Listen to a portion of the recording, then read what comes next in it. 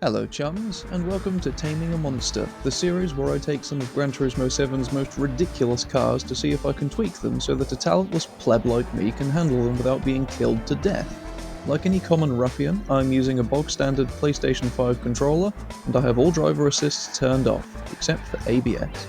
Let's see what car is trying to murder me today. Just a quick update before I kill myself to death with a 2000 horsepower mansion on wheels. As you'll likely know, update 1.55 was released a few days ago, and it came with a few physics and steering changes. I've done some testing over the last few days, and as a controller user, I can barely tell the difference. But it seems like all of the monsters previously featured work mostly as they did before.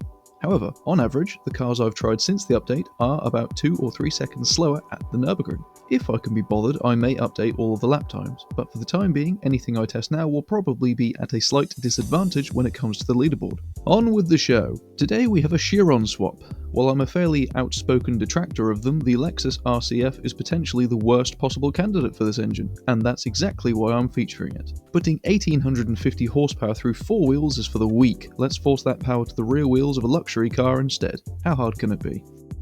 As usual, the Bugatti RCF has every upgrade, including the wide body and the body rigidity increase, but the settings are in their default state, except for the downforce, which is maxed, and the transmission, which has already been adjusted to suit this car.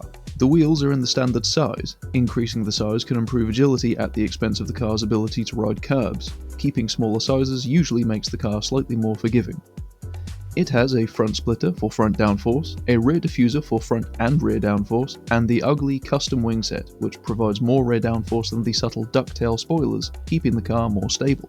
If you're interested in learning more about aero, downforce, or any other aspect of tuning your car, I have a series called Tuning for Beginners which covers everything from suspension to differential to the transmission. The chosen track today was High Speed Ring, since I expected the giant high-speed sweeper to cause some horrifying crashes. The car launched with about as much wheel spin as one might expect. After 20 minutes or so, the Lexagatti got going and began to violently reel in my opponents. I was surprised to find that I had almost no dramas with the car despite its default settings. It was actually rather forgiving. Thanks to having enough firepower to destroy a small planet, the RCF sailed past the rest of the field as if they were standing still. It wasn't until the high-speed sweeper on lap 2, with more of a run-up, where the car began displaying some truly odd handling characteristics. I thought this was a Lexus, not a bouncy bloody car. But it still didn't kill me, which is nice. Since that odd handling was the result of sudden and violent body roll, I increased anti-roll bar stiffness and natural frequency first as usual. Setting natural frequency lower at the rear can help with power oversteer, but don't make the difference too big or the car will oversteer when braking. Rather shockingly, the Bugexus was already feeling like a fairly well-sorted car, something I never expected given the engine it's got. It doesn't really have any right to handle this well. I even tried prodding the accelerator to cause the oversteer to see how much the car would bite me in the arse, and the answer was not much. Why am I not dead? Next up, I fettled the rest of the suspension. Increasing compression can help the car deal with the curbs better. Reducing camber can slightly improve straight line traction to help with wheel spin or braking distances. Despite the car feeling mostly fine, I still decided to add some rear toe in and front toe out to reduce power oversteer and lift-off oversteer respectively. My logic with these changes is simply to make this car as tame as I reasonably can. Even if it feels okay on this track, that's hardly a fair representation of how a 2000 horsepower boat will handle the Nurburgring or Mount Panorama for example. There wasn't a huge difference, but it was slightly more forgiving. At this point, I was getting rather hopeful about my Nurburgring test. For my final changes, I adjusted the LSD. I reduced all 3 settings. Reducing initial torque will make the car more agile, reducing acceleration reduces power oversteer, and reducing braking sensitivity makes the brakes feel sharper. The car felt slightly more loose and agile without adding too much instability back in. High Speed Ring was perhaps not the best track to give a particularly representative overview of how this car really performs. However, there is a track that will. Onwards to the Nurburgring.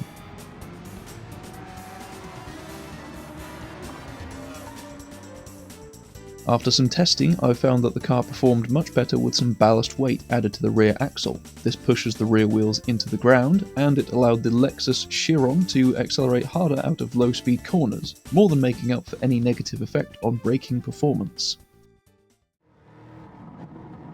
The Lexus RCF is actually a pretty decent car in isolation. Throw more than double the power at it and it struggles, though nowhere near as much as I expected to. But the elephant in the room is the physics changes. Honestly, I'm really struggling to tell the difference. The only definite change I've found is that cars handle bumps and curbs better. My previous video featuring the V12 swapped Toyota Supra has a small clip of the car crashing out just before the carousel. Travelling at high speed, I slightly cut a corner and hit a curb. The Supra bounced out of control and violently crashed. Even with some minor tweaks to the suspension to raise the ride height, the car was still prone to the same issue. I tried the Supra again on the day of the update, hit the same curb at the same speed, and the car was noticeably jolted but remained controllable, which I've also noticed with the RCF here. Basically, the bumps and curbs will not destroy your lap, quite like they used to. From what I can tell, it's also easier to drift now. On the previous physics system, drifting was a hellish experience because you either couldn't steer enough to rescue a slide, or the car would snap back and fire you into a coffin. Finding the middle ground was obscenely difficult. Now it seems slightly easier to rescue a car if it steps out of line.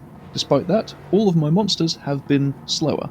Not by much, just a couple of seconds over the course of a full Nurburgring lap, but still enough to somewhat affect the leaderboard for this series, which has now spanned 3 separate physics updates. Hell, the ridiculous physics in update 1.49 were the reason I started this series in the first place. So, upgraded road cars seem to be easier to drive, but slower.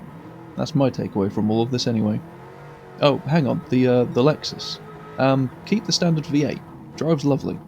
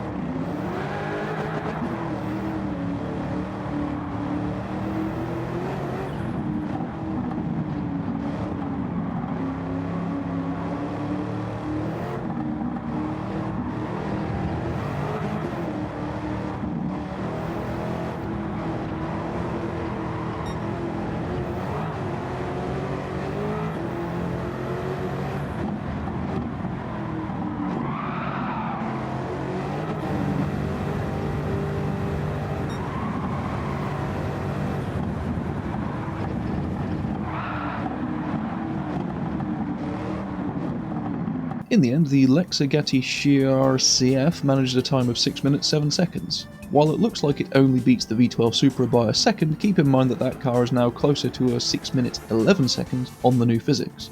Now I'm wondering if the Gallardo can still get under 6 minutes.